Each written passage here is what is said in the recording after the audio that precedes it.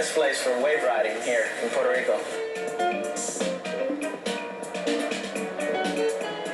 I think the streets in Old San Juan are pretty much like some parts of Paris. Well, this museum could be anywhere in the world, I would say. We wanted something that was very easy, and certainly without a passport, it makes it very easy on traveling for both of us. We'll be back. Definitely be back. Right here in the New World. What an exciting discovery. The same New World that lured Christopher Columbus to these same waters 5 centuries ago, and beckoned Ponce de Leon to go in search of the Fountain of Youth. A new world of luxury in world-class hotels and jet-set resorts, palm-lined beaches, and surf that's warmed perpetually by the tropical wind. For the better part of the next hour, we'll explore the modern, prosperous new world on the go, and the stunning natural setting for it all. A wilderness that time has ignored. A paradise as old as Eden, lush, warm, and inviting. Puerto Rico and the U.S. Virgin Islands. For mainland Americans, these exotic destinations are a means of chasing the sun abroad without ever leaving home. The Stars and Stripes have been flying over Puerto Rico since 1899, and over St. Thomas, St. John, and St. Croix since 1917. These are America's own tropical vacation datelines, every bit as exciting and as relaxing as any other island paradise of the Caribbean, the Pacific, or the Mediterranean.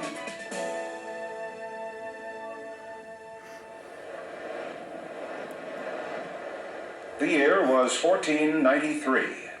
Christopher Columbus returned to the Americas he had discovered the year before. On the 19th day of November, he came ashore on this island and gave it the name San Juan Bautista, St. John the Baptist. Eventually, the whole island came to be known simply as San Juan. For the next 500 years, it belonged to Spain, and this massive fort, bristling with cannon and towering above the harbor approach, kept the island almost invincible.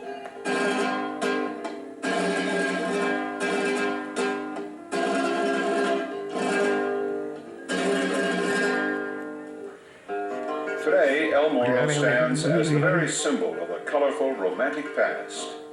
One can easily imagine events such as the one that occurred in 1584, when Sir Francis Drake tried to take San Juan for England, but was driven off by these cannon.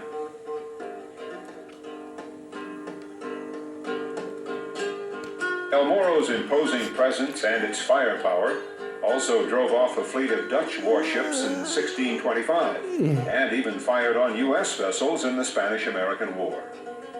Nowadays, though, the fortress benignly puts up with a never-ending invasion of tourists armed with their cameras.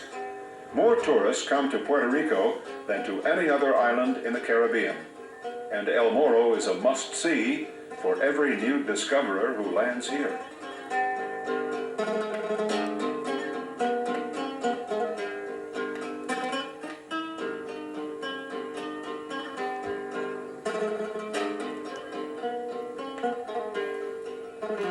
Just outside the walls on the Atlantic side is an old cemetery with ornate tombstones and mausoleums. The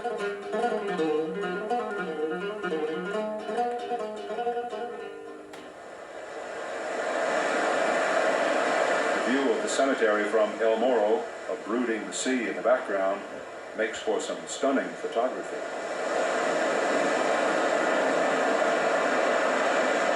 On the northeast corner of the city's old section lies another mighty fortress, San Cristobal, built in the 18th century to defend against attacks by land.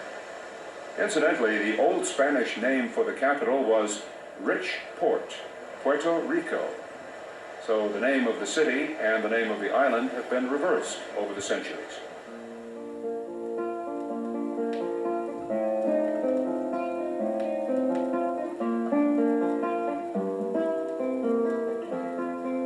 Between San Cristobal and El Morro is a masterpiece of urban restoration called El Viejo San Juan. Old San Juan. It is the authentic image of Spanish colonial life. 7 square blocks of history kept intact, not as a lifeless museum piece, but as a real functioning part of the city, very much alive. The guiding spirit behind this restoration, the man who's been supervising the project, is Rico Alegria. We have restored around 300 buildings. We still have about 250 more to be done. We have used artisans from Puerto Rico, from the interior of the islands. People specialize in working stone. Example, an old seminary, which when finished will resemble a nearby Dominican convent. This beautifully arcaded building was constructed in 1523. Now carefully restored, it is a museum and showcase for the 16th century religious atmosphere of Old San Juan.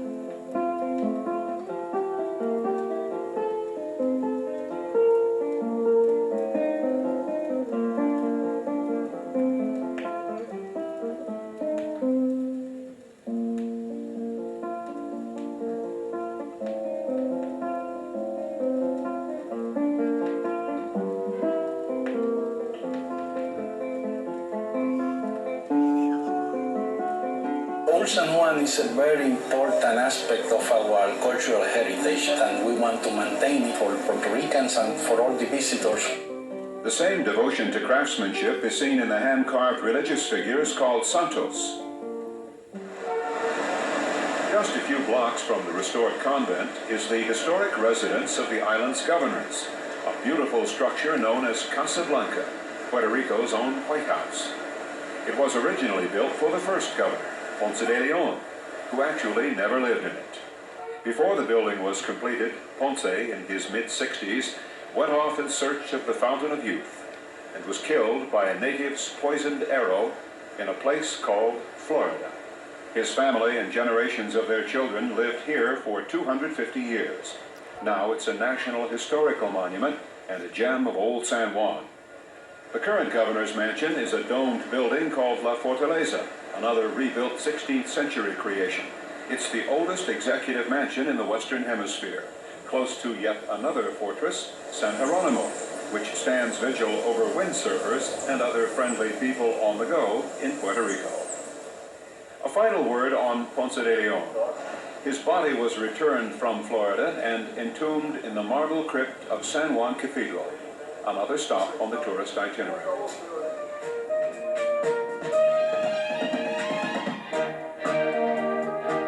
Time out now from touring. Tomorrow, more things to see, do, and learn, but for now, we watch the final moments of another day in the Caribbean, the last glow, as suntanned visitors head back to their hotels for a night of food, fun, and welcome rest.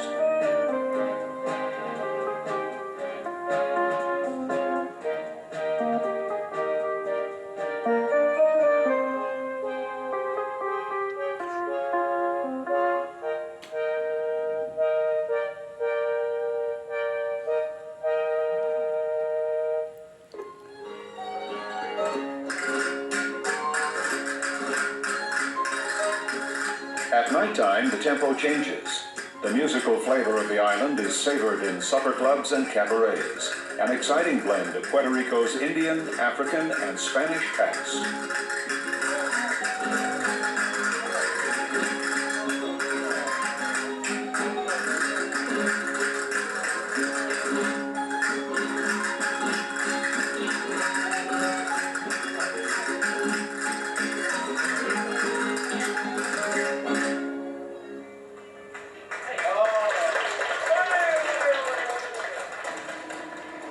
San Juan Bay. A ferry boat takes passengers between Pier 2 in Old San Juan and the suburb of Catano. A delightful trip costing under a quarter and providing great views of the city and El Morro. What is it that draws boatloads of tourists to Catano? The answer is here.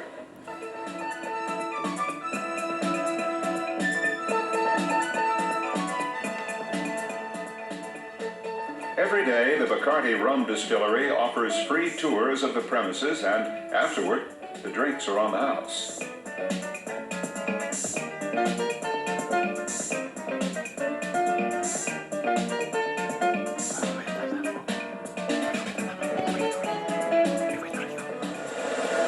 building with the tiles is about the plan. The tours include a ride around the grounds for a look at the factory-like buildings and paraphernalia it takes to transform sugarcane into rum. Then it's on indoors for some close-up views of the potent assembly line that turns out 100,000 gallons of rum every day. 80% of this is shipped to the USA.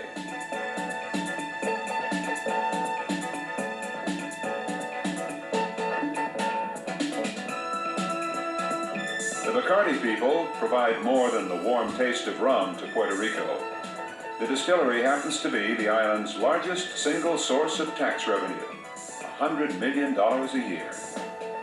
Rum making has come a long way since the days when it was made in a makeshift still producing only a few gallons. The modern distillery has a control room almost resembling a spaceship. The high-tech input of this process is designed to keep track and regulate every step of the way, from the crushed sugarcane that's fermented in massive tanks, right on through the purifying and aging of the rum, whose alcohol content can range as high as 151 proof. For U.S. purchasers of Puerto Rican rum, there's an interesting twist to the story, and it has to do with the aging barrels. These are the barrels we use for the aging of the rum. They're white oak, and we buy them from the bourbon and whiskey companies in the States. By law, they use them once, so we reuse them. They last at least 10 years.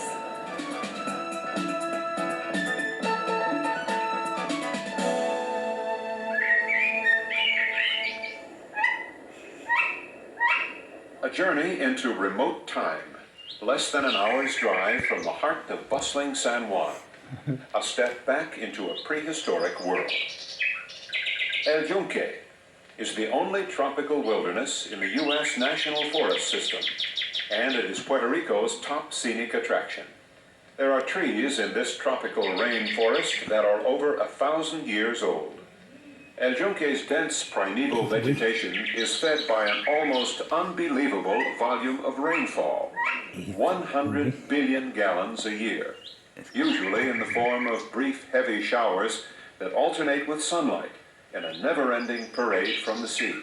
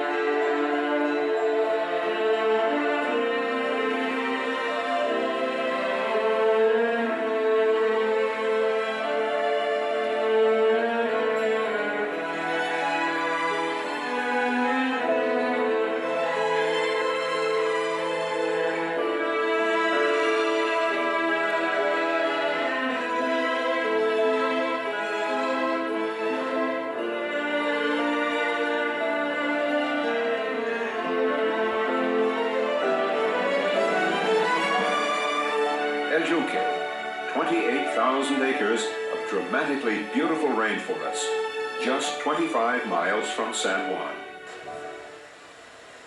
The newest big attraction in Puerto Rico opened to the public in 1986, the underground limestone caverns of Rio Camuy. Visitors are driven through the forest in an open-air bus en route to the entrance to the caves. This park, by the way, has become an instant success as a spot for family outings. Sturdy shoes and comfortable clothing are recommended for the experience, a descent into the underworld.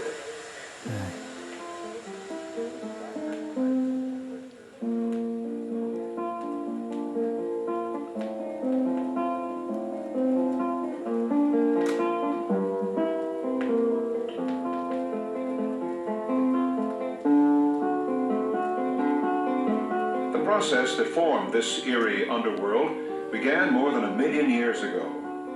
The river, moving beneath the soil, patiently, laboriously carving rooms out of solid limestone. Some of these spaces are over 200 feet high and half a mile long. And the process continues. Water from the ceiling falls from huge shimmering stalactites, which have been lighted by park engineers to shine in all their fantastic shapes and sculptures.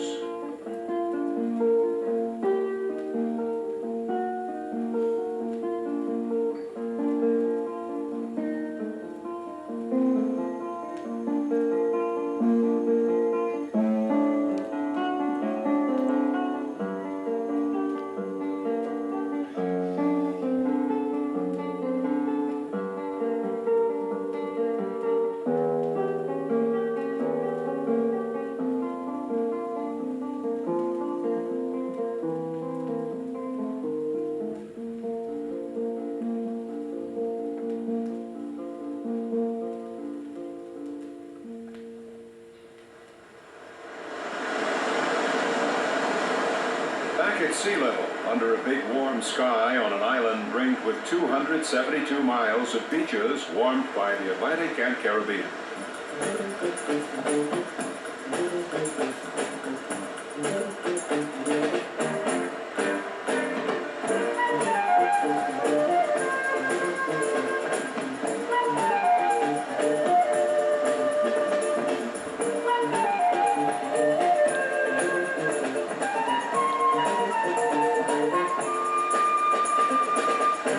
Swimming, surfing, snorkeling, scuba diving, sailing, and fishing.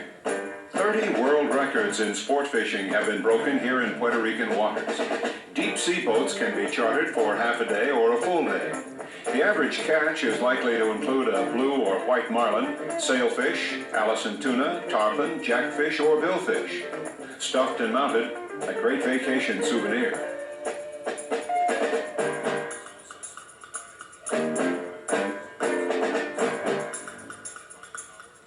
The island is also circled by beachside towns and resorts where sailboats can be rented by the hour or day. A good, inexpensive way to soak up the sunshine while exploring coastal bays and inlets. For the scuba and snorkeling crowd, miles of coral reefs and the clearest water. If you're new to these sports, you've come to the perfect place to learn. There are expert teachers at training centers almost anywhere you want to go on the island, who'll get you started or polish off skills you've already learned.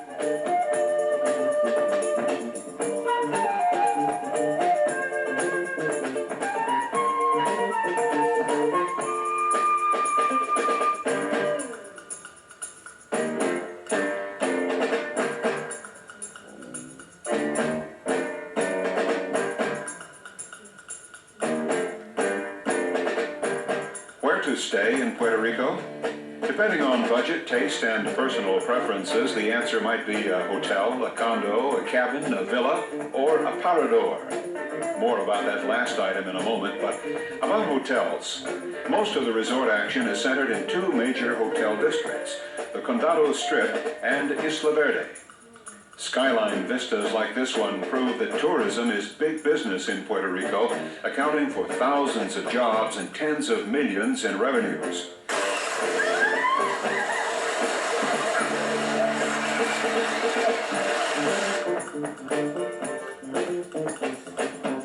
Condado and Isla Verde are for all the creature comforts, designed almost as islands unto themselves, with their own beaches and recreation. A big open portal on a world of good times.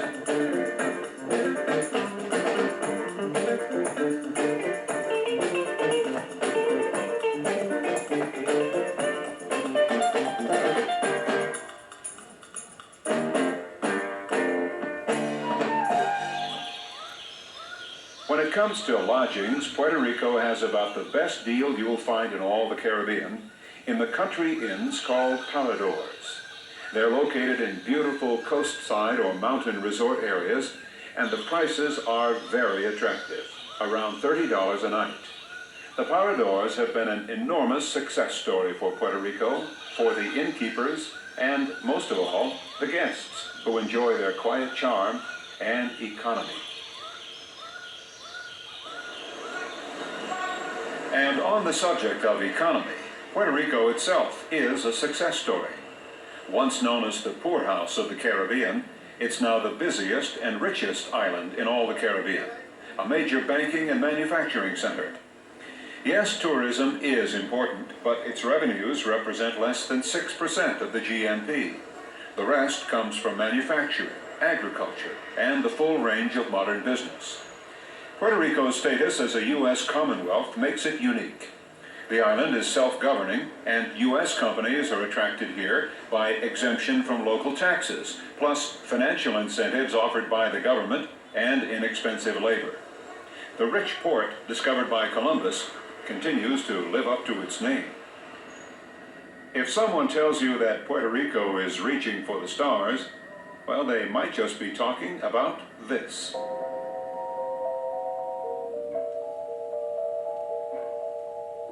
The largest radar and radio telescope in the world, rising out of a forest in west central Puerto Rico. That suspended platform, held up by wires, weighs 600 tons, and 600 feet beneath it is a 20-acre dish that gathers radio waves from deep, deep space.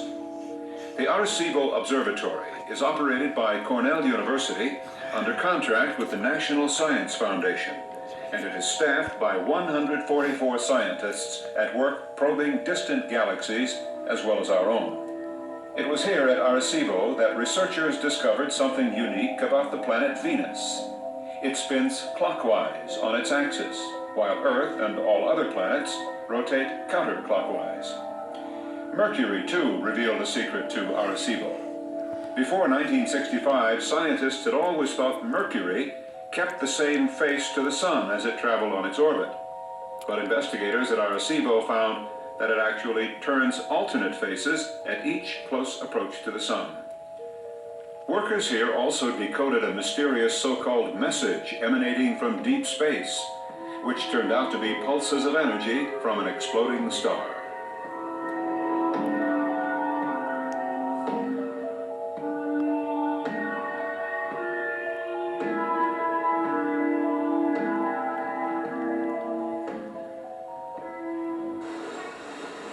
The appeal of Puerto Rico, its beauty, is in a wonderful blend of the primitive and the refined, of nature and civilization. The island's second largest city is Ponce, named after Ponce de Leon.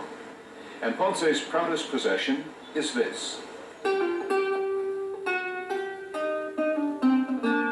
The Ponce Museum contains more than 1,000 paintings and 400 works of sculpture, one of the finest collections in all the Americas, primarily European art of the 18th and 19th centuries, including work by Van Dyck, Rubens, Velázquez, and Gainsborough.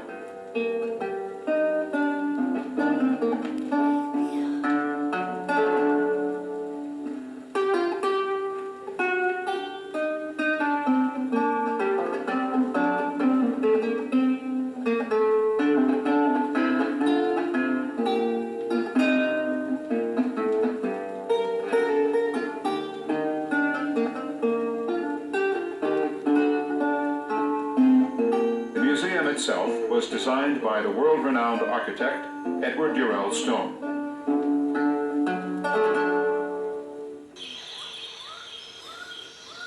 Just outside Ponce is an archaeological site where workers have unearthed the oldest cemetery in the Caribbean, and also an ancient ceremonial center that had been active many centuries before Columbus sailed from Spain.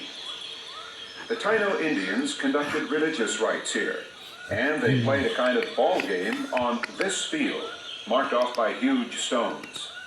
They used a small gourd, and the rules of the game were apparently a combination of soccer and volleyball. You could lose a point by allowing the gourd to touch the ground.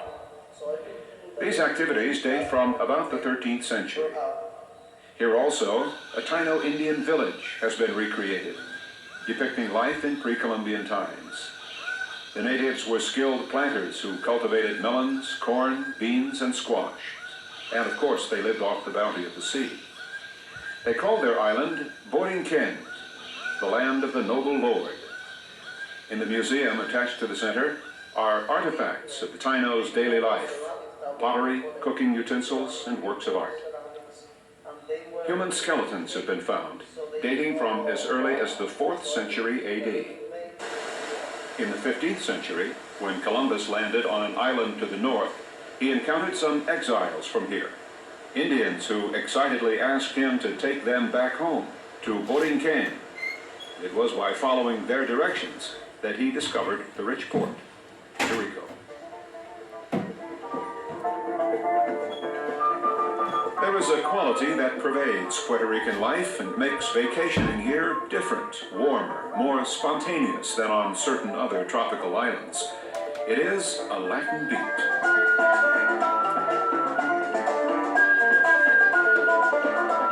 The language of Ponce de Leon is still numero uno, although English is taught in schools.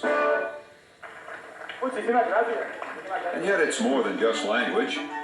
This may be a U.S. Commonwealth, but the approach to living has an even stronger kinship to the south of Europe. There is a strong sense of individual style and an openness about individuals getting together. Altogether, it's an atmosphere of color and spontaneity, in which the most ordinary things are lively and delicious. Like shaved ice from a street vendor, topped with fruit flavors.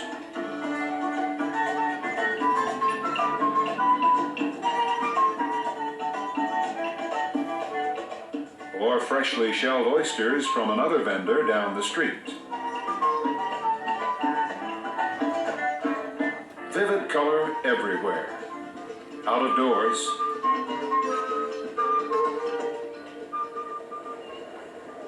and indoors. Puerto Rico's Capitol building, under whose colorful dome the island's constitution is kept.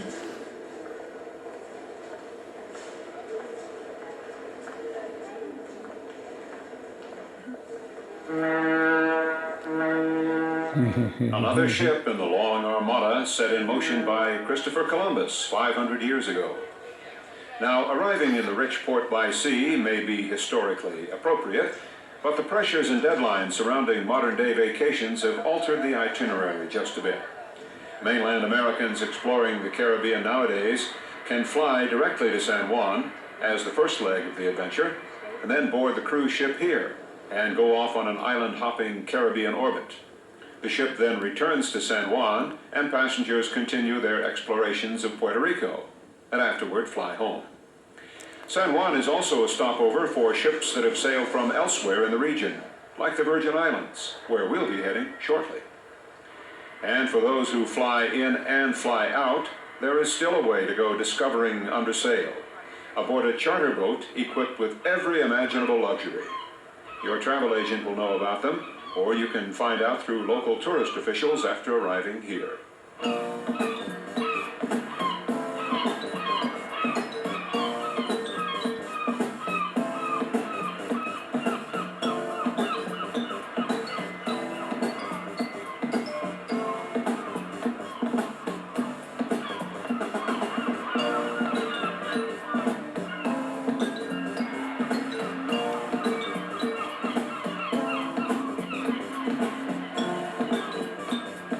Tourists, when they're not doing this, they can usually be found doing this. In the shops of Old San Juan and in the hotel districts, rummaging for souvenirs and checking out the prices of handcrafts, artwork, clothes, jewelry, and of course, rum. There's no limit on how much rum you can bring home as long as it bears the federal excise tax stamp. Out in the smaller distilleries around the island, bottles may or may not have that stamp. If they don't, well, those you'll end up consuming or giving away before heading for the plane. But on shopping, Puerto Rico's Commonwealth status means you can bring back as much merchandise as you want, because the duty's already been paid. Most popular items are clothing, jewelry, and things that really say Puerto Rico.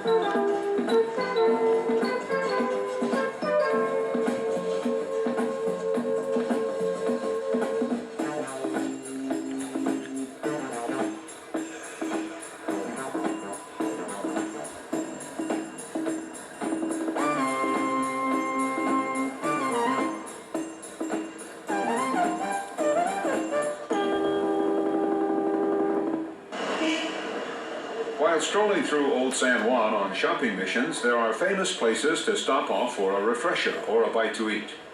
La Casa Donde Nació was the locale for creation of the world's first pina colada, which came late in history, 1963. And the Mallorquia restaurant has been well patronized since it opened in 1848. It is the oldest continuously operating restaurant in the New World. Still going round and round on the ceilings are the first electric fans to be plugged into this tropical region. And the mirrors on the walls were donated by the Spanish Marqués de la Esperanza. There is a scrapbook of photos and signatures left behind by noteworthy customers over the decades, including Orson Welles, Eugene McCarthy, Xavier Cugat, Gloria Swanson, and Ripley, believe it or not. In a word, this is what Puerto Rico says to the traveler. And it's not just the people who are friendly. You'll get along with the pigeons, too. Vamos.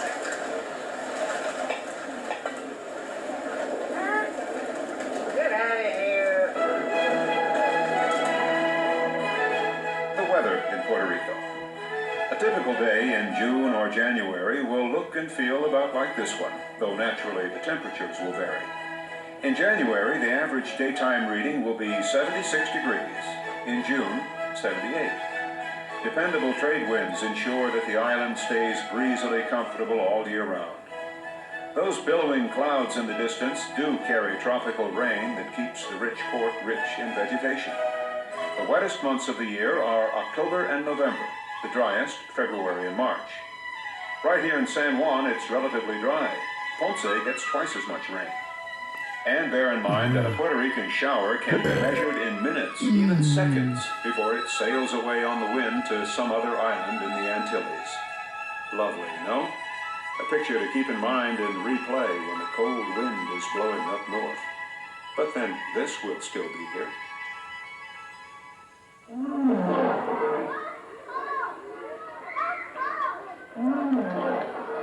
A day at the zoo in Mayaguez is something else for a family on vacation. Among the great beasts who've settled down in Puerto Rico are Bengal tigers, lions naturally, and the kids will get a kick out of some odd-looking animals called capybaras, which are natives really of Central and South America. They are the largest rodents in the world, and they're good swimmers and divers. Strictly for grown-ups is the casino scene in Puerto Rico. Found only in hotels, the gambling action here is different than in places like Vegas and Atlantic City, although the games themselves are the same. The ambiance is more European. Gambling is closely controlled by the government, and part of the proceeds go to a development fund for the University of Puerto Rico.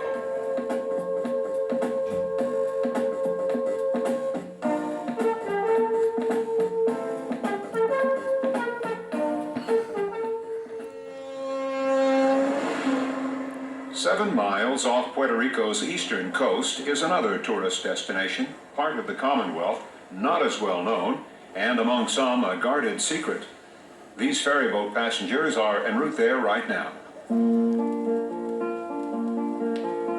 To the island of Vieques, 50 square miles in area, inhabited by only about 8,000 people, there's plenty of paradise to go around. In fact, 70% of Vieques belongs to the U.S. military, but is leased out as grazing land for cattle. The beaches here can match any on the main island, but see the difference. Vieques is for those who've deliberately slipped away from the crowds elsewhere in the Caribbean to enjoy the relative solitude and peace of an island that someday no doubt will sprout its own beachfront hotels and casinos. But for now, the lovers of Vieques relax in the smaller paradors and resorts and on almost deserted stretches of sand.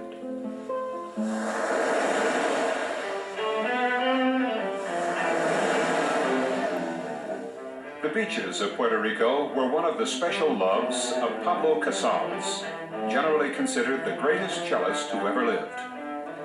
Casals was born in Spain, but chose permanent exile from his homeland as a protest against the repressive Franco regime. He lived for a time in France, but then in 1956, at the age of 80, settled in the land where his mother had been born, Puerto Rico. Here he spent the last years of his life. Here he organized annual music festivals in San Juan, and they continue to this day. One of the premier cultural events in the world, attracting top conductors and musicians. The Pablo Casals Museum in San Juan has become a place of pilgrimage for those who treasure the music and the memory of the great artist, composer, and conductor. Among the memorabilia is Casals' cello, whose exquisite sounds still echo across his adopted homeland. Before we leave, a final look back at the rich port.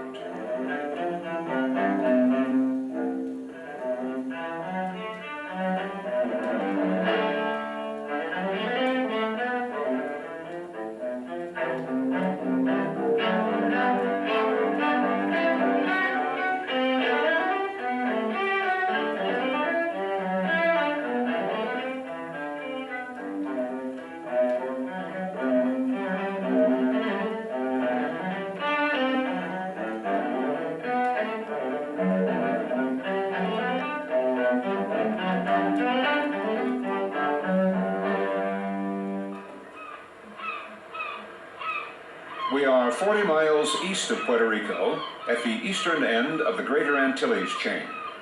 In another expanse of warm sea, cool shade, white sand, blue-green water, and deep green hills.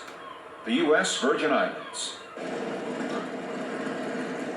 One way to get around in the U.S. Virgins, as they're called, is to get high on a seaplane service that links up the three principal islands, St. Thomas, St. John, and St. Croix, with Puerto Rico and some other stopovers in the big wide sea.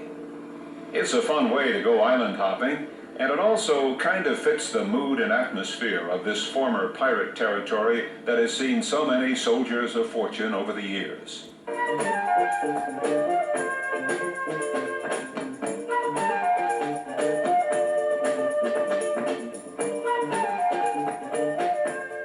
Let's begin the tour here, in the biggest cruise ship harbor in the West Indies, St. Thomas.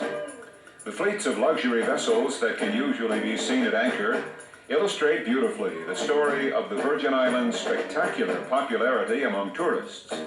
The population of St. Thomas is about 50,000.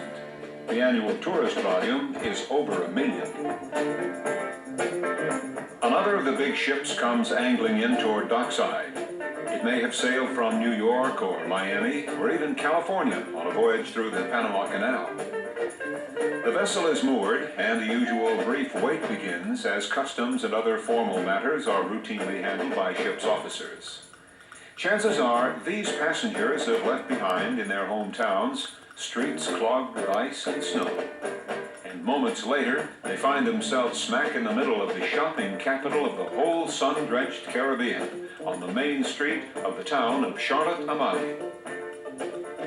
U.S. residents can bring home from the Virgin Islands up to $800 worth of duty-free purchases and can mail back an unlimited number of gifts valued as high as $100 each. The savings can be as much as 60% off the same item at home, but it'll take some comparison shopping, and it does help to have a good knowledge of the stateside prices in general. Top brands of liquor will run about 1/2 the normal U.S. price. The limit is 1 gallon per adult, and after that, a customs tax is paid. Perfume, too, will cost about 50% less than at home, and these include the most prestigious French names. Same goes for designer fashions, and labels like Gucci, Cardin, and Dior. And jewelry? The variety is staggering, and the savings will be about 20 to 30% off price tags in the States. The list goes on and on. Savings on clothes and accessories, local handicrafts, you name it. The planes land and the ships dock at St. Thomas, and the passengers make a beeline for downtown Charlotte Amalie.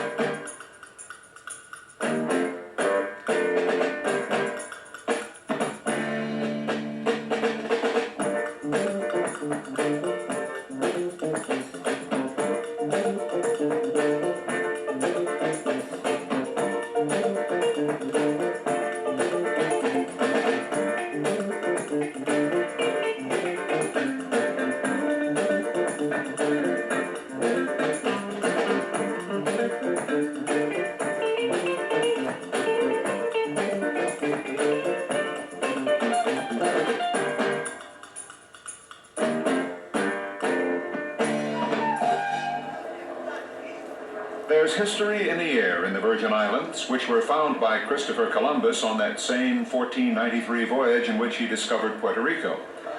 Of all the Europeans who bargained or battled over this beautiful land and seascape in the following centuries, it was the Danes who finally settled in. There's still a prominent Danish presence on St. Thomas, an official government house flying the red and white flag. Incidentally, the U.S. bought the islands from Denmark in 1917 for $25 million. A quick historical trip around St. Thomas will take in these sights. Bluebeard's Tower, a fortification that harkens back to the days of scoundrels and pirates. Now, in these peaceful times, it's become part of a first-class hotel that Bluebeard might have mended his ways to own. Drake's Seat, a stone bench where legend has it Sir Francis Drake sat while charting the currents and geography of the islands, and enjoying the view, of course, this view. And here is what is called a step street. The Danes built it in the early 1700s as a passageway over the steep terrain which leads to Bluebeard's Tower. It's constructed of stones from ship's ballast. The name of this unusual street, the 99 Steps. The Grand Hotel was built in 1841 and did business for more than a century before being converted into shops and offices, but the name remains. The oldest of all buildings on St. Thomas is Fort Christian, completed in 1672 and renovated 200 years later. It's been a lot of things over the centuries. A governor's mansion, an artist colony, a church, a place for executing pirates, a jail, and these days, a museum. One of the oldest synagogues in the Western Hemisphere is on St. Thomas. Built in 1833, it was made of brick from Denmark and a mortar of sand mixed with molasses from local sugarcane. The subject of sugarcane takes us a short distance across the water to St. Croix, largest of the U.S. Virgin Islands, where an old sugar mill, a broken-down relic, is a symbol of the sugar boom that made fortunes on St. Croix in the 18th century. This rusted cane crusher was operated by slaves. The boom eventually went bust when the slaves were freed and beet sugar brought competition. St. Croix and its sister island, St. John, along with St. Thomas, are blessed with some of the best beaches and clearest water on Earth.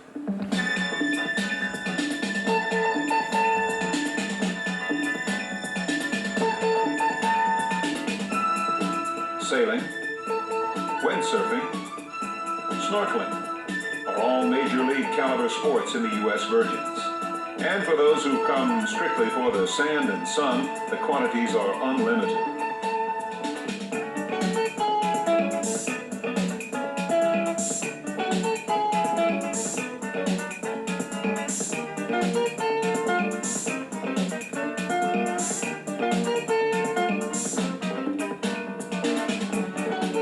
For non-snorkelers who still want to peek beneath the waves, there is Coral World on St. Thomas. A clear view through glass into the living environment of a Caribbean coral reef.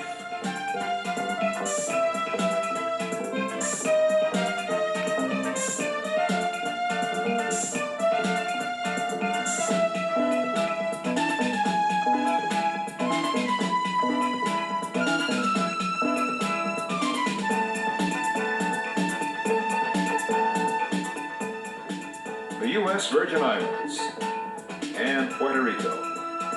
Rich in history, rich in beauty. The USA's own Caribbean playgrounds.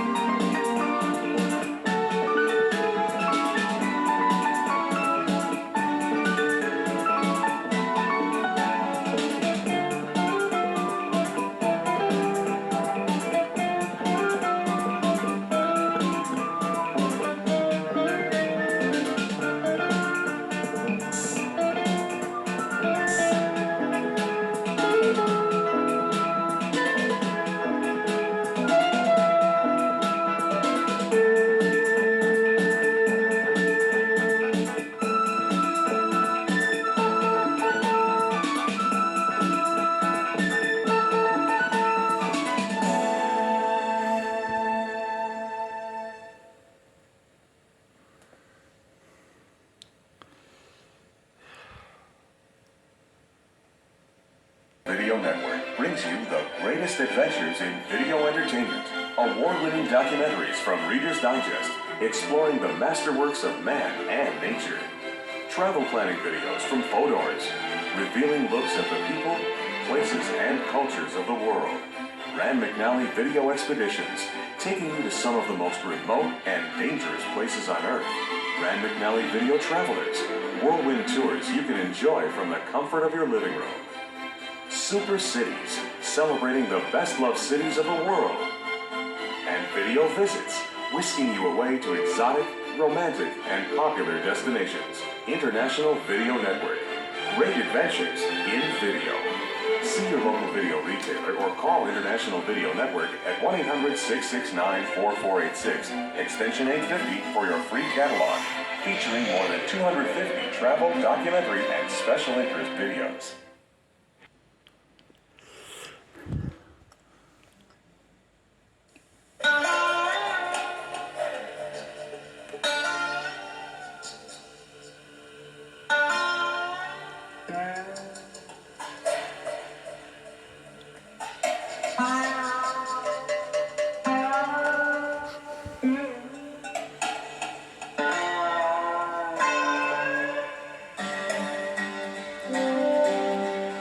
Out in the middle of nowhere sprawls a uniquely American city.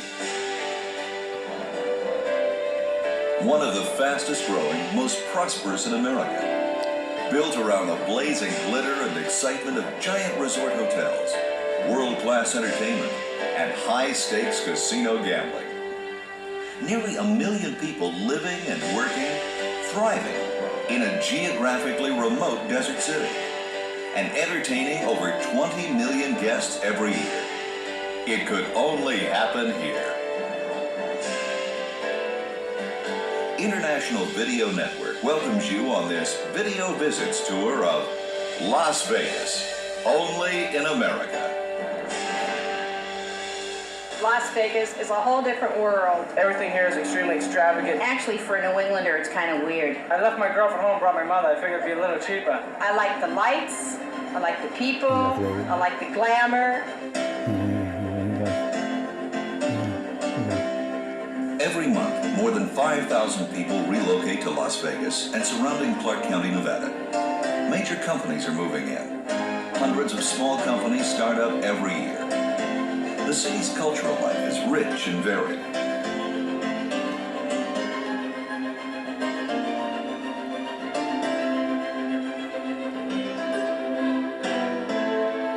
Natural beauty abounds. And recreationally, there's just about every outdoor activity under the sun. But most of all, people the world over come to the entertainment capital of America for the fun, thrills, and non-stop action of casino gambling.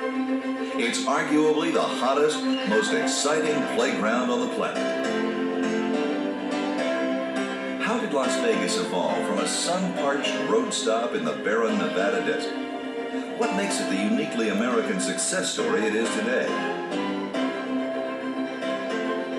And what is its future? The Nevada Museum and Historical Society seems a logical place to begin answering these questions.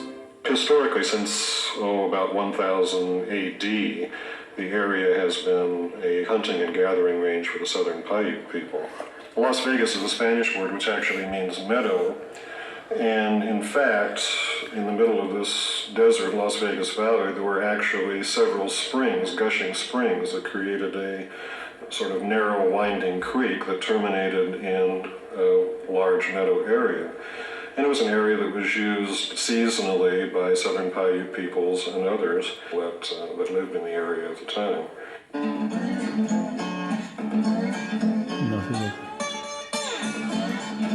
Las Vegas, one of the oldest towns in Nevada, is located in the southwestern corner of the state, just under 300 miles east of Los Angeles. The first mention of the area came in 1829 as a caravan of traders on the Spanish Trail, the main route through the region to California, reported camping in a spring-fed meadow.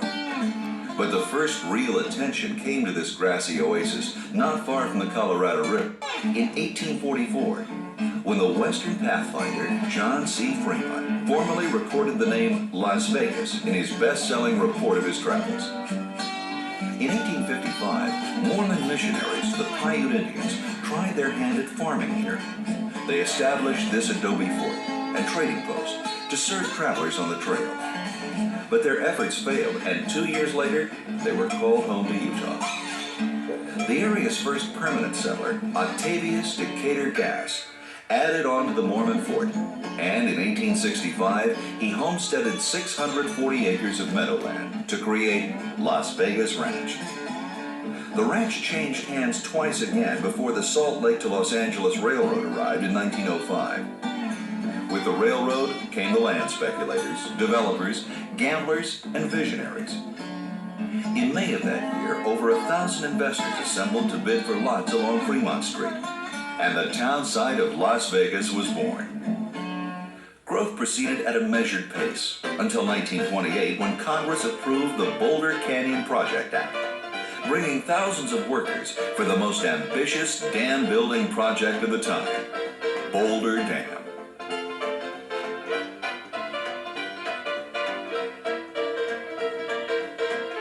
Now known as Hoover Dam, this incredible 727-foot high concrete edifice held back the Colorado River less than 30 miles southeast of town and created Lake Mead, the largest man-made lake in the Western Hemisphere. Though the dam was crucial to the town's growth, perhaps the most pivotal event in the history of Las Vegas came in 1931, when the Nevada legislature legalized gambling. While the rest of the nation struggled through the Great Depression, Las Vegas got a jolt of financial energy from the combination of the dam's federal funds, jobs, population influx, and gambling revenues. The casinos multiplied along Fremont Street, and the 5 blocks of downtown Las Vegas became known as Glitter Gulch. The town not only survived, but actually prospered during one of the most difficult periods in America's history. The structure behind me was built in 1931 in Boulder City when they were building Hoover Dam. It was a railroad station. In 1974, they donated the building to the museum down here, and it was brought down on our property. It was our exhibit hall until they built this new building for us. This museum is the Clark County Heritage Museum. It has the whole history of Nevada here on the property. They say when you come through the gate, you're going back in time, which is true. When you look at all these historical homes and you go through our new building, you're really back in time.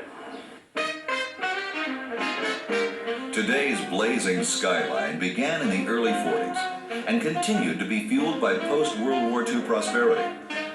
Starting April 3rd, 1941, with the first full-fledged resort, El Rancho Vegas, new hotels sprung up just about every week. The Strip was born. The Last Frontier, the Flamingo, the Thunderbird. A city-sponsored image-building campaign was launched to attract visitors.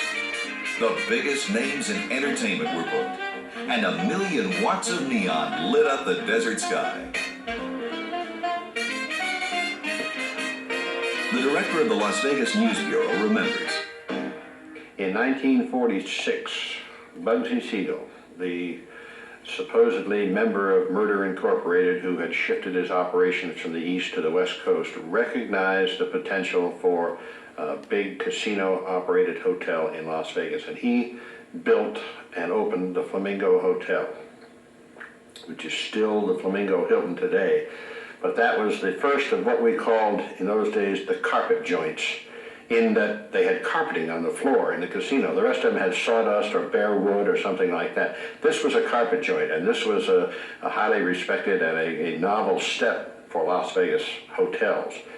And I have always felt that if Las Vegas ever gets into building statues to its heroes, the first one ought to be Bugsy Siegel, because he did have the foresight to recognize that the United States, coming out of the privations of World War II and being ready to celebrate the exaltation of victory in World War II was going to have a good destination. He recognized that and built a palace to greed, if you will, but nevertheless it was the real forerunner of the plush Las Vegas property. In 1952, on the same day, as a matter of fact, in December of 52, the Sahara Hotel and the Sands Hotel both opened.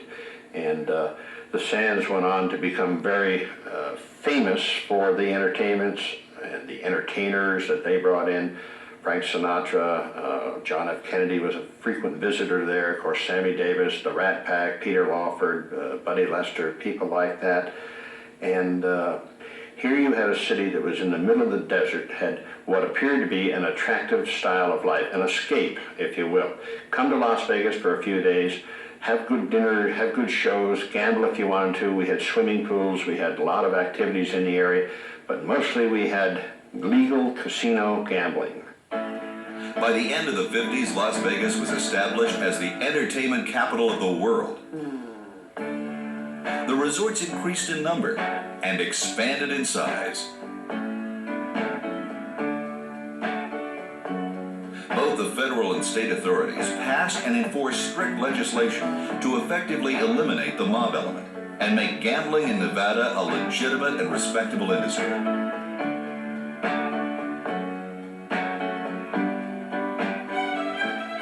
Enter Howard Hughes. In 1966, this eccentric millionaire came to town, secluded himself in a suite of rooms, and began buying up resorts along the Strip. Hughes Summa Corporation was one of the first to put that legitimate business face on the gambling industry, opening the doors to large publicly owned corporations. And big business it is. Recording over $10 billion yearly in resort and gaming revenues. I'm not real sure the history of Las Vegas, but I would think that it all started here. Fremont Street, at the heart of what is today called Downtown Center, has given up much of its Old West flavor, but it's still undeniably glitter gulch. It's the world's largest open-air mall of gambling casinos.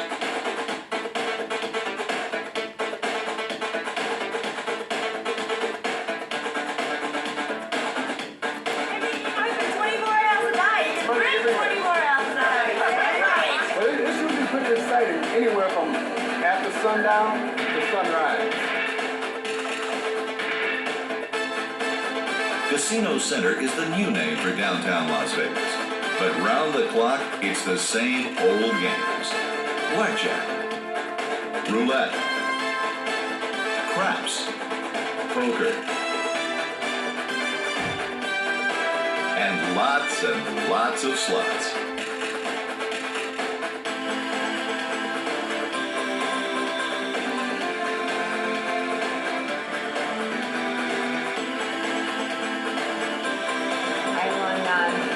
$1,600 on one machine. I won $2,500 on another one. And having a good time. Haven't won anything yet. I won $600 on one, and then I hit two other ones for $960. Each hotel has its own special flair. And it would be difficult to find a more eclectic mix of styles and decor. Downtown has a very special flavor all its own. A kind of raucous New Year's Eve party every night, all night. Illuminated by hundreds of miles of neon tubing and millions of light bulbs. Stan Forrest of the Young Electric Sign Company shed some light on the subject. The principle of glass blowing is the same now as it's always been. But heating the glass, even all the way around it, just let it flow by itself, just its own weight. And blow it out.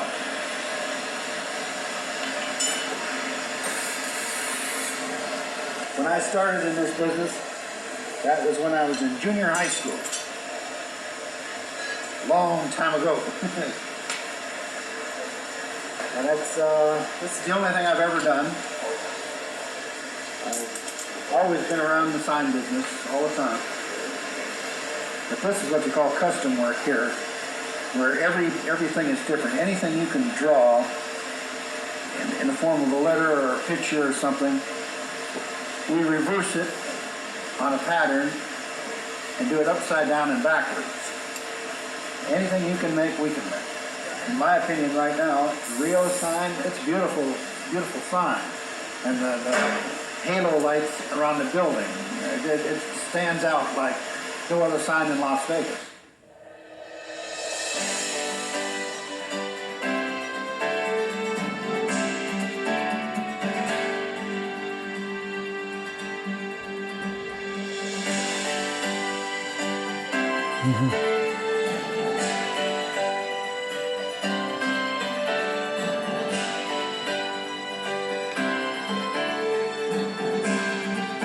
The Strip runs 3 miles south from downtown along Las Vegas Boulevard, lined with huge, luxurious, and world-famous resorts and casinos.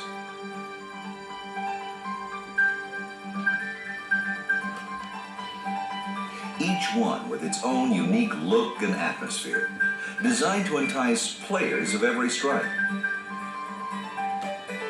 Fantasy themes, historical themes, sports events, and top-flight entertainment.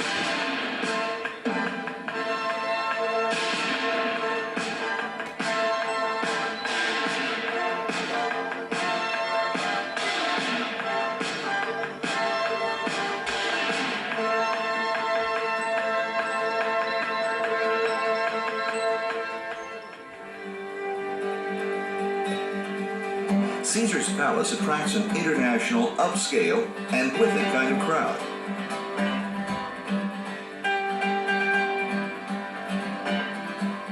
Circus appeals to families.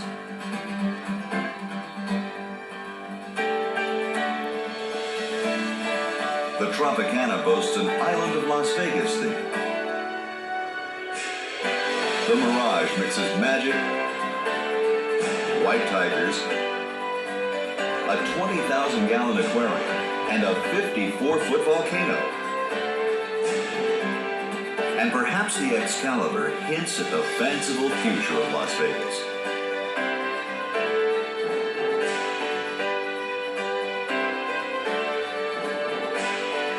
While Bally's features a Las Vegas stage spectacular, with scores of singers, dancers, and showgirls. I hate to be called a Las Vegas showgirl, because I'm sorry, I am a dancer.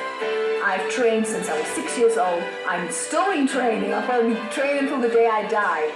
I'm dancing in the show Jubilee at the Bally's Casino Resort Hotel here in Las Vegas. And we run 6 days a week. We do 2 shows a night, one at 7:30, one at 11. I'm one of maybe, say, 100 dancers. And one of the biggest production numbers that I'm in is the Gershwin scene. It's more like jazz, more up to date, more hip. So we get, what we would say, we get down. And I think in Gershwin we get a chance to really show what we made of, you know, show our stuff.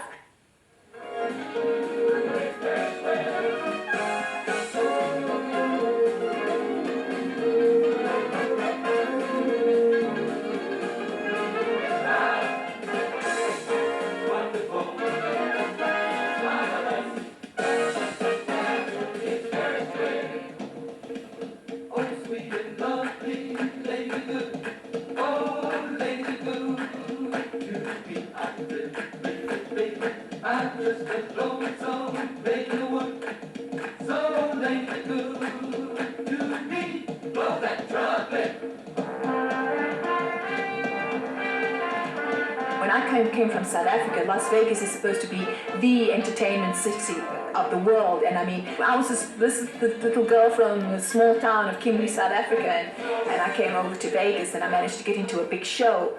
Because for us, back home, to come to Vegas was the thing.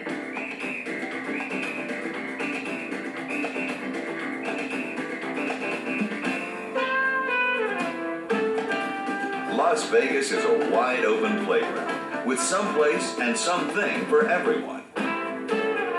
We want you to walk in the door and feel like there's a carnival going on here. It's something that's really close to the carnival that they have in Brazil. when you walk in the door, you're not overwhelmed with 12 million lights going off and a whole lot of noise, but I think that there is an energy level that's really exciting in our casino and in the hotel. Our dealers have on very colorful flowered shirts, and they don't have ties on. It's a casual atmosphere.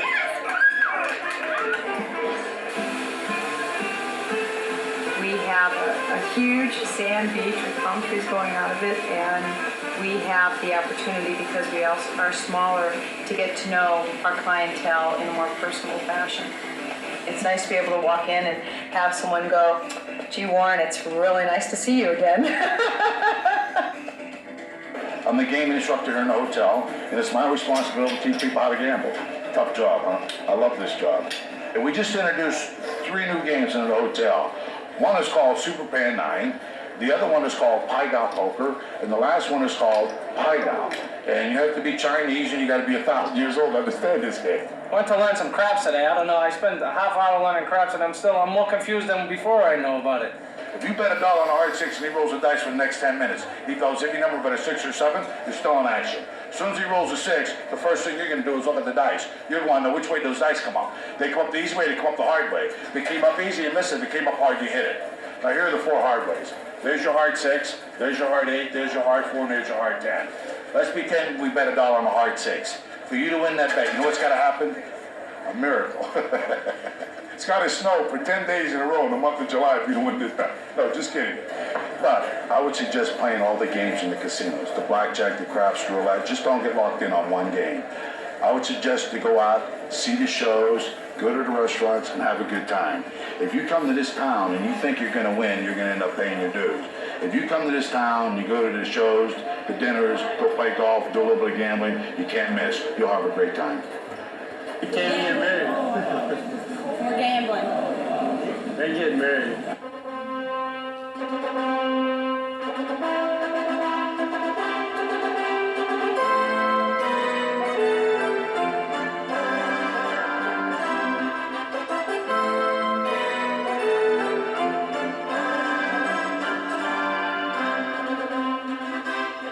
And do now pledge to love, honor, cherish, and tenderly care for her from this day forth. I do. Brenda, likewise, do you take Larry to be your wedded husband, to share your life with him? And do you pledge now to love, honor, cherish, and tenderly care for him from this day forth? I do. Las Vegas is an incredible place to get married. When you arrive in Las Vegas, you go to the Clark County Courthouse. For $27, you get a wedding license. There are no blood tests required, no waiting period, no proof of marriage or divorce. You just fill out an affidavit that you are not married at the time, and you'll receive your wedding license. So with your hands still held, having shared your vows and rings with all of us here today, the two of you have made an ultimate commitment to yourself, each other, and of course to God. And so from this day forward, continue to be kind, gentle, sweet and tender, and all those other good things. We schedule only one wedding every half hour, so I have plenty of time to have a private session with them to find out a little bit about them, how they grew up, how they met each other, how their courtship went. I find out the different circumstances, and if there are children involved, I get to know their names and the other important relatives who are here in attendance, so that when we perform this service, I'm coming with an understanding of where they're at and their ability to express their love. And so it's a very intimate, personal service. And 2 people coming to Vegas, to me, is like a highlight of their courtship. Let's give a warm welcome. More than 70,000 couples each year make Las Vegas the marriage capital of the world. Frank Sinatra, Bruce Willis, Elvis Presley, Zsa Zsa, Paul Newman, all have tied the knot here.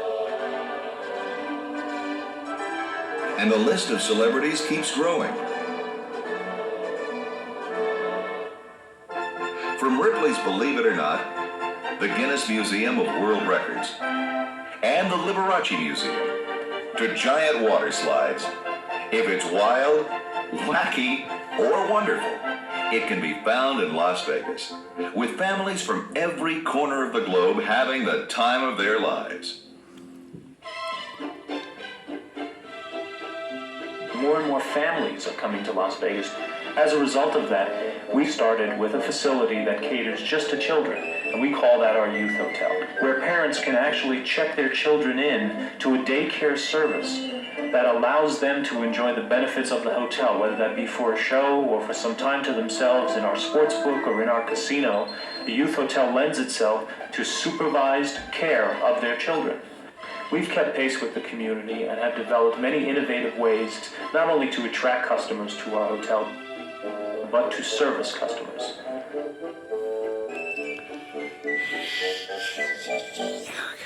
Yes, more families are coming to Las Vegas.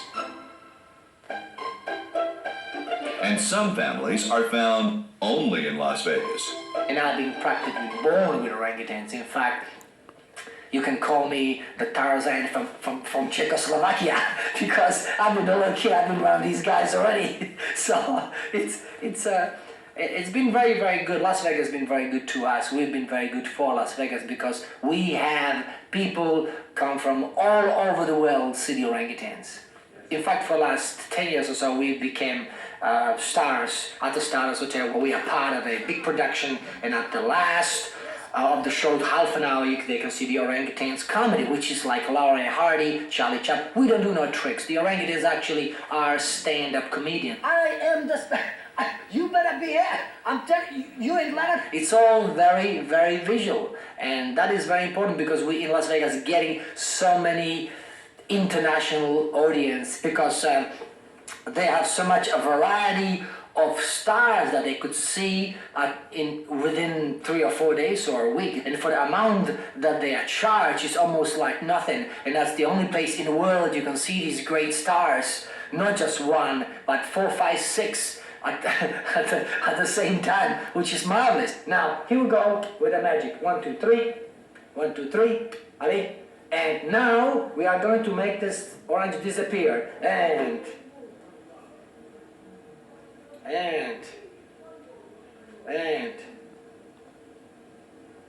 that was terrific. You know that? I love you, little moneymaker. Beyond the glitter, the nightlife, and the casinos, out beyond the city limits is another incredibly beautiful and awe-inspiring world to discover.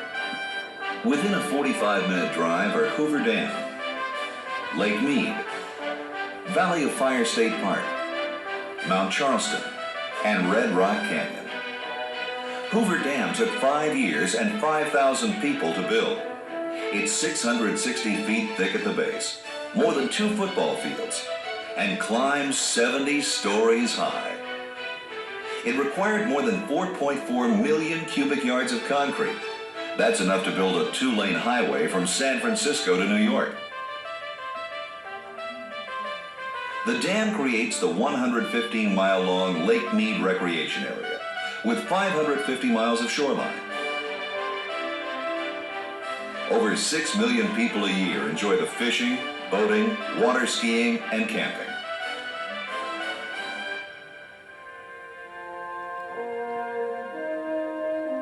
"50 miles northwest of Las Vegas, the Earth's geology is peeled back and revealed in full color at the Valley of Fire State Park. 600 million years ago, this section of the Mojave Desert was a sea, hundreds of feet deep. Titanic shifts of the Earth's crust and enormous thermal thrusts saw the seafloor rise into limestone-covered muddy sand and then dry 140 million years ago into a vast sandy desert.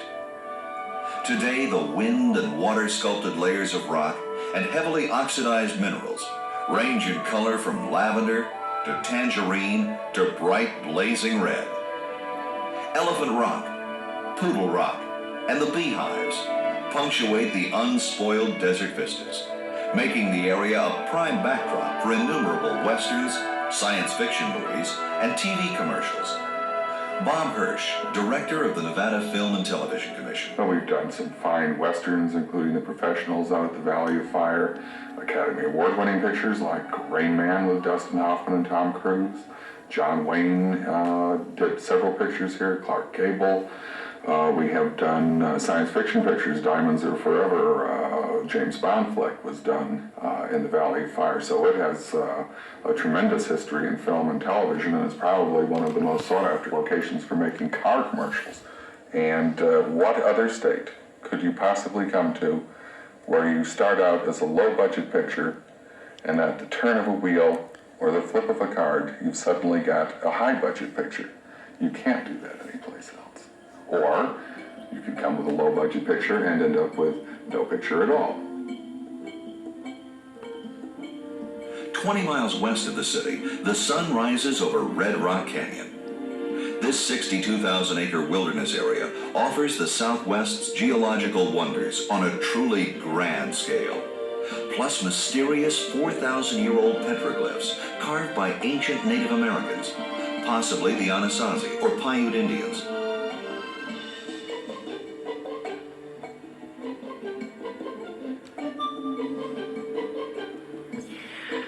The park is a fun place to wander and explore, with both your eyes and ears.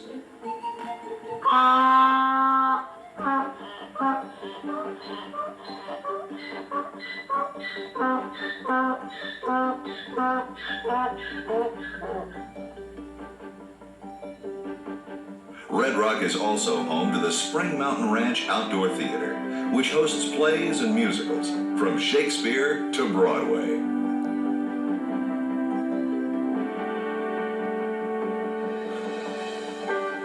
Though the Red Rock and Valley of Fire parks are open year-round, in the summer, temperatures can hit as high as 120 degrees. So on those sweltering days, most Las Vegas natives choose to head 35 miles up the road to Mount Charleston and Lee Canyon. Both Mount Charleston and Lee Canyon are part of the Spring Mountain Range, which rambles up and down the state of Nevada. Mountain mahogany, ponderosa pine, and aspen fir rise in amazing contrast to the cactus and yuccas below. Many of these trees are more than 4 feet thick and older than California's redwoods. On the way up the mountain's 12,000-foot elevation, there's the new Mount Charleston Hotel. And higher, cooler, nestled amongst the pines, is the rustic Alpine-style restaurant and lounge. Both provide a welcome respite after a long day of hiking, picnicking, or horseback riding. In the winter months, the Lee Canyon ski area has 3 double chair lifts, a dozen slopes for downhill and cross-country trails, ski rentals, and a lodge. And Las Vegas is perhaps the only place where on any winter's day, there's skiing in the morning on Mount Charleston, then a quick drive back for lunch on the Strip, leaving the afternoon open for a 35-minute drive to water skiing on Lake Mead.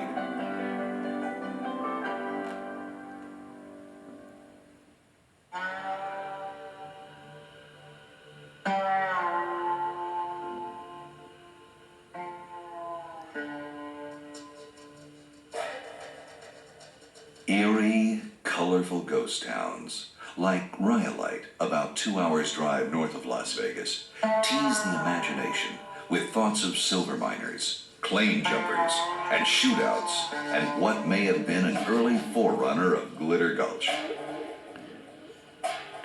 Other Nevada ghost towns, like Potosi, Searchlight, and Goldfields, also provide crumbling testament to the shifting sands of fortune. A railroad rerouted, a mine or a well gone dry, and the impermanence of man. But Las Vegas is one Old West town that continues to strike gold, and silver, and greenbacks. As more than 20 million visitors yearly enjoy the 50 major resorts, the glories of nature, and 320 days of sunshine. It's a combination that has kept McCarran International Airport and the 19 major airlines it serves hopping from dawn to dawn. McCarran's 5-year planned expansion has brought it to the forefront of world airports in terms of efficiency and convenience. And unlike other airports in major cities, McCarran is only minutes from all the major hotels and from the Las Vegas Convention Center. Frank Singh. We look at conventions as the best tourism promotion vehicles that we could think of. And we feel that our greatest growth potential is the international market. The English and the Germans, they love, and the Japanese, they like to go to a place where there's that umbrella of security, where they see it, it's very evident, and in turn they feel very comfortable and relaxed. It's a fun destination to come to. Over 1 million square feet of meetings and exhibit space bring close to 700 conventions a year into the convention center. Add to that 1 million more square feet of meeting rooms, convention space at the major resorts, and nearly 80,000 hotel rooms. And it's no wonder Las Vegas is one of America's leading convention and meeting destinations. Las Vegas has always been a big sports town. Basketball is a big draw. Boxing championships draw huge crowds and celebrities from all over the world. The Las Vegas Stars, AAA farm team for the San Diego Padres, plays its home games at Cashman Field Center. There are close to 20 great golf courses, with 20 more planned or under construction. Las Vegas hosts bowling tournaments galore, and more than 200 public and hotel tennis courts, miles of jogging and biking trails, and the full spectrum of aquatic activities. And what would any Western city be without a rodeo? In fact, Las Vegas hosts the National Finals Rodeo in December.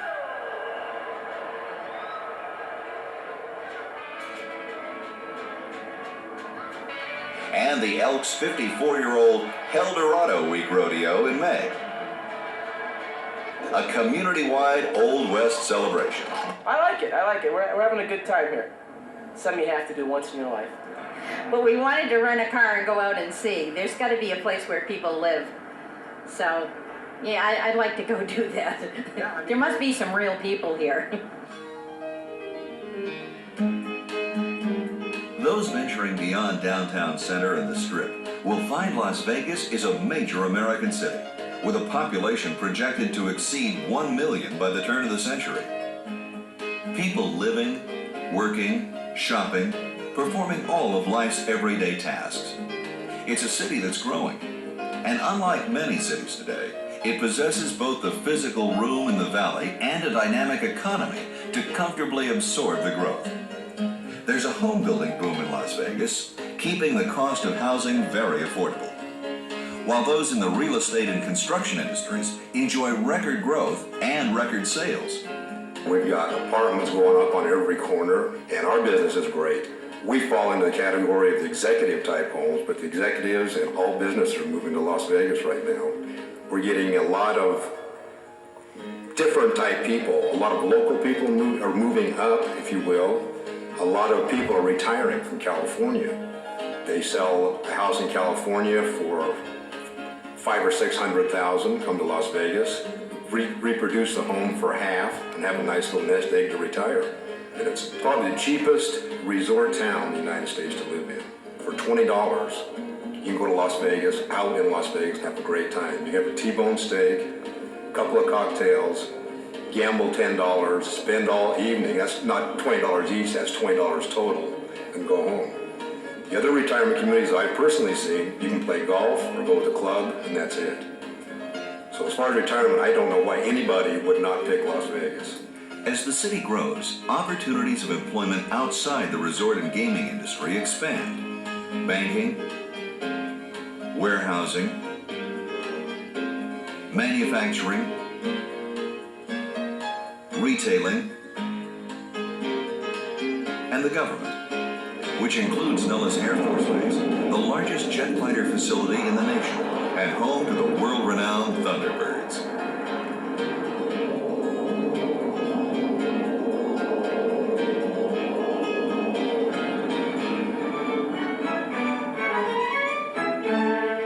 The cultural scene is alive and ambitious, racing to keep pace with the population growth. The University of Nevada Symphony presents its master series of great orchestras from around the world. The Nevada Dance Theater offers a regular season of both classical and modern ballet. There's the Opera Theater.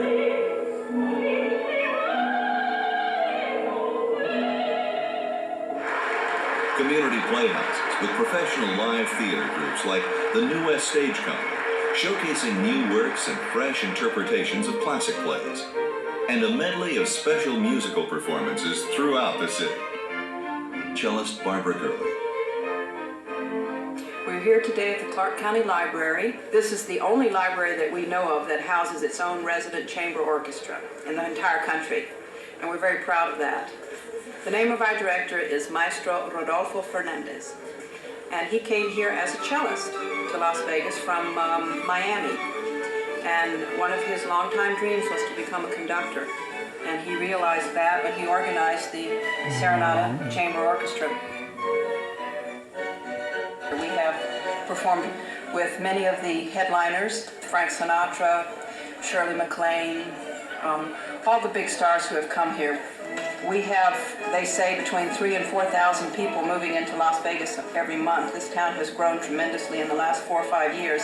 And with this, obviously more musicians have moved here, but we're creating, I think, a cultural base here in Las Vegas, which is somehow removed from the hotels. It's a totally individual thing, and it makes all of us very happy because this is the way we got started.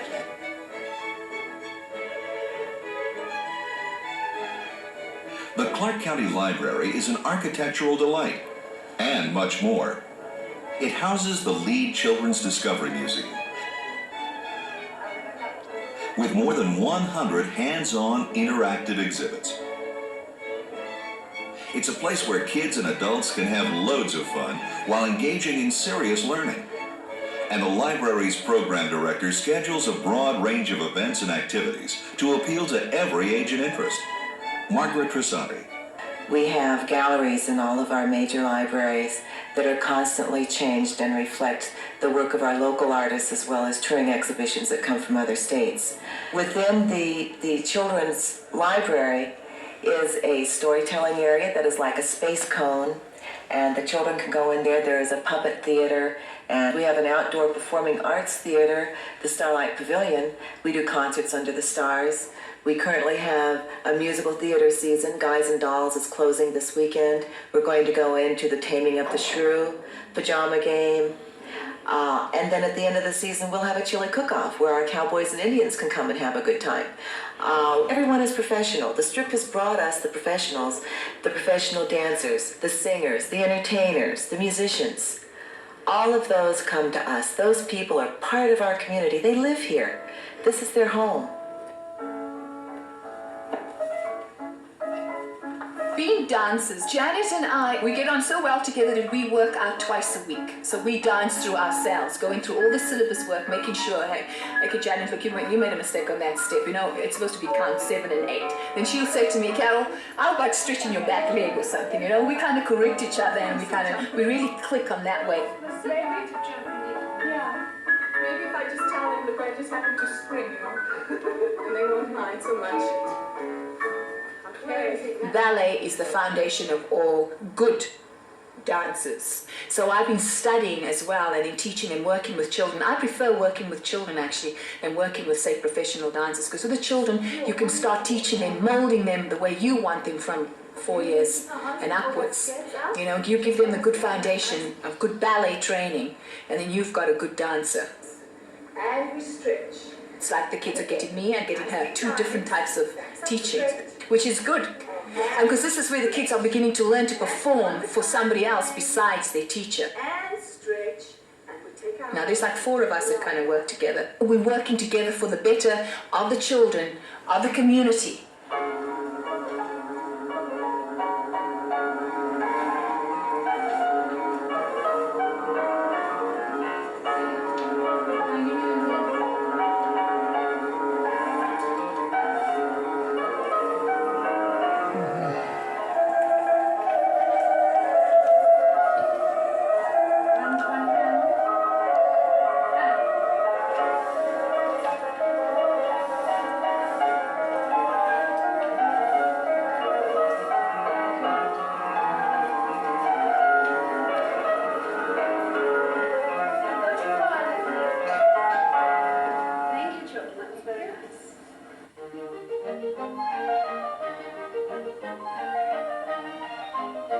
Thanks in large part to taxes on the rich gambling revenues, Las Vegas public schools are well funded and get high marks academically.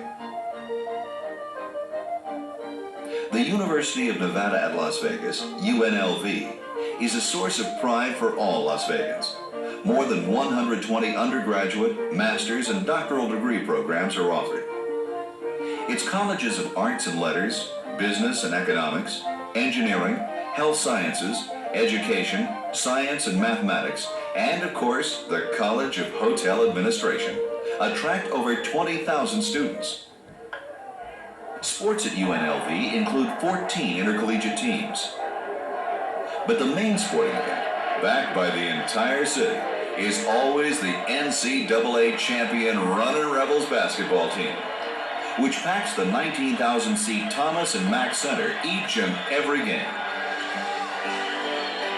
Las Vegas is quintessentially a city of the 90s, a city that's on a roll, unafraid to gamble on its vision. The tremendous growth and prosperity has brought challenges. Increased traffic and air quality is a concern. That nearly 30% of the new emigres are senior citizens will require innovative planning, as will the demands imposed by suburban sprawl. But this is a can-do city, a confident city, a city jam-packed with people who believe they can beat the odds. And of course, Mark Smith, head of the Chamber of Commerce, is one of those.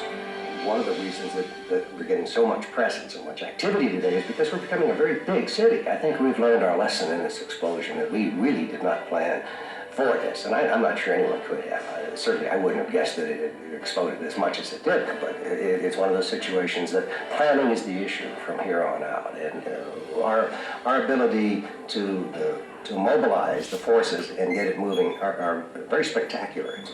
And if I were in a city that maybe was well established and quite a bit older than Las Vegas, you probably couldn't get that kind of reaction.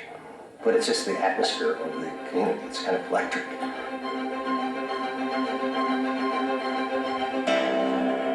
That electricity also has Las Vegas charged to the tune of billions of dollars in new projects.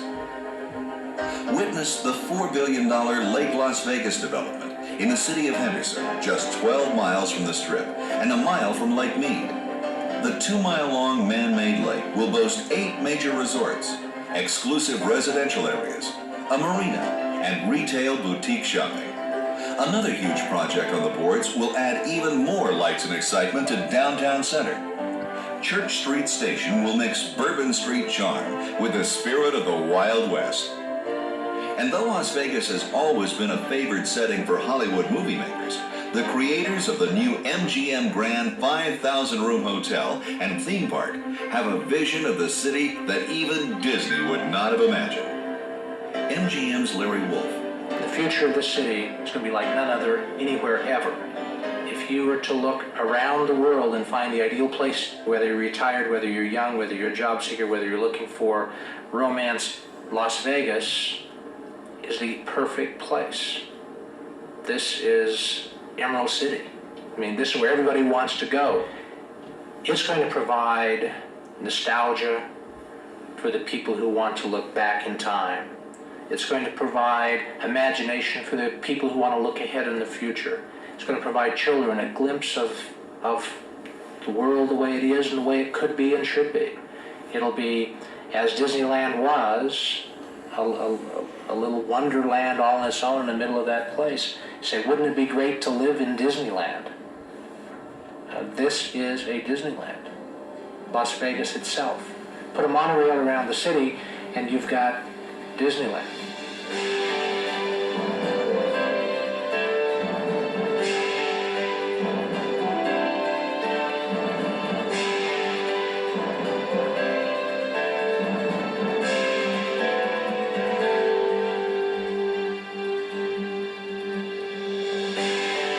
It's a safe bet that the pace of the city's growth will continue, if not accelerate, throughout the 90s. The future will undoubtedly include more resorts, giant theme parks, international superstars, and more multi-million-dollar production shows than anywhere else on the planet.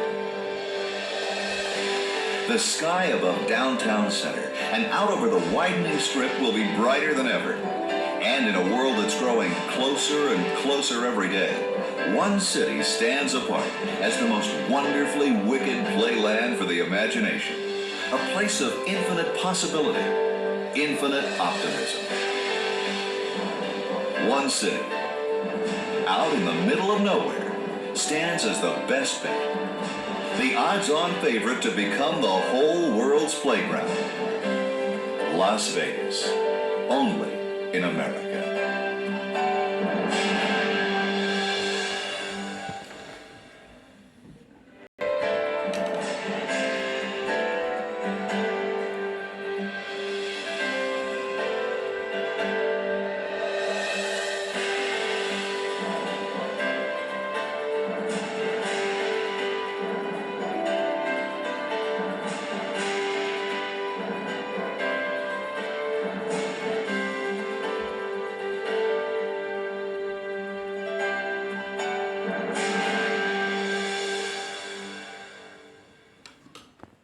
Whether you're traveling in the United States or abroad, for business or pleasure, nobody gives you more for your money than Hertz. That's why America made us #1. That's why we're America's Wheels. For reservations, call your travel agent or Hertz, 1-800-654-3131.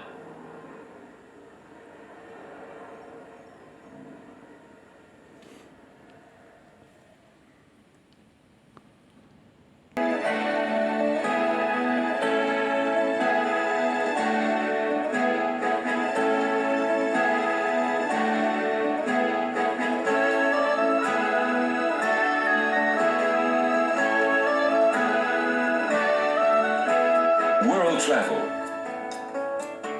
filled with action, excitement, and adventure. International Video Network's video visits are your ticket to the world. These exciting video programs will whisk you away to more than 50 fascinating destinations on 6 continents. Breathtaking photography heightens the beauty and grandeur of the world's greatest cities and countries. Entertaining as well as informative, video visits are a great way to relive memorable vacations, plan your next trip, or just to satisfy your curiosity of exotic locales. From the pulsating sounds of Carnival in Rio to the peaceful serenity of Ireland's countryside, each video visit will transport you to the actual location. Video visits also feature authentic ethnic music providing insights into the different cultures of the world. Whether it be an Irish colleen singing a traditional folk song,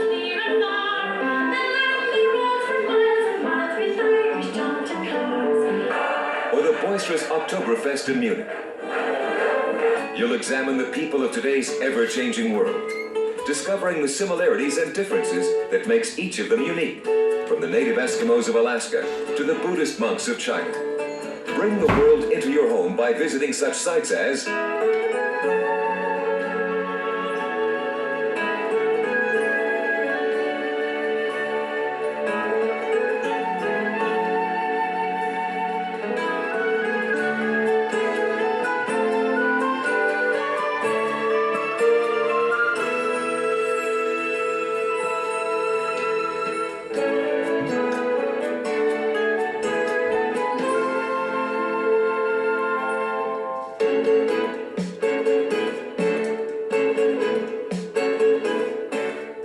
these and many more exciting destinations are waiting to be discovered by you now. Also available is the Reader's Digest Great National Park Series, Yosemite, Yellowstone, and the Grand Canyon. Crown jewels of America's national park system are available for your viewing pleasure. To start or expand your video travel library, order video visits or the Great National Park Series from your favorite retailer, mail order catalog, or by calling International Video Network at 415-866-1121 for the name of a distributor near you.